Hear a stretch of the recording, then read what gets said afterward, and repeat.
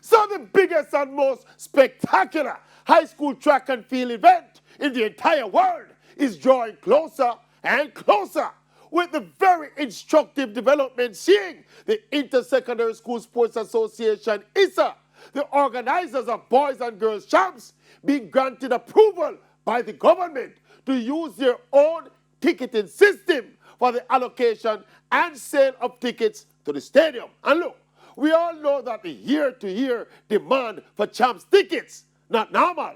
Worse, it's been 2 long years since Champs fans have been live inside the stadium.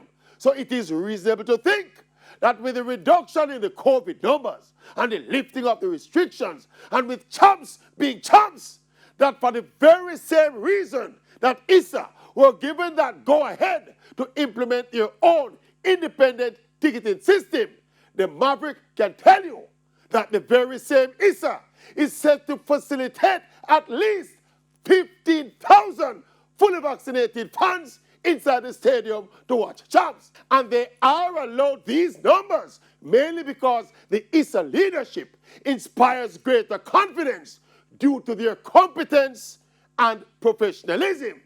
So who have eyes to see and ears to hear, let them see and hear competence and professionalism.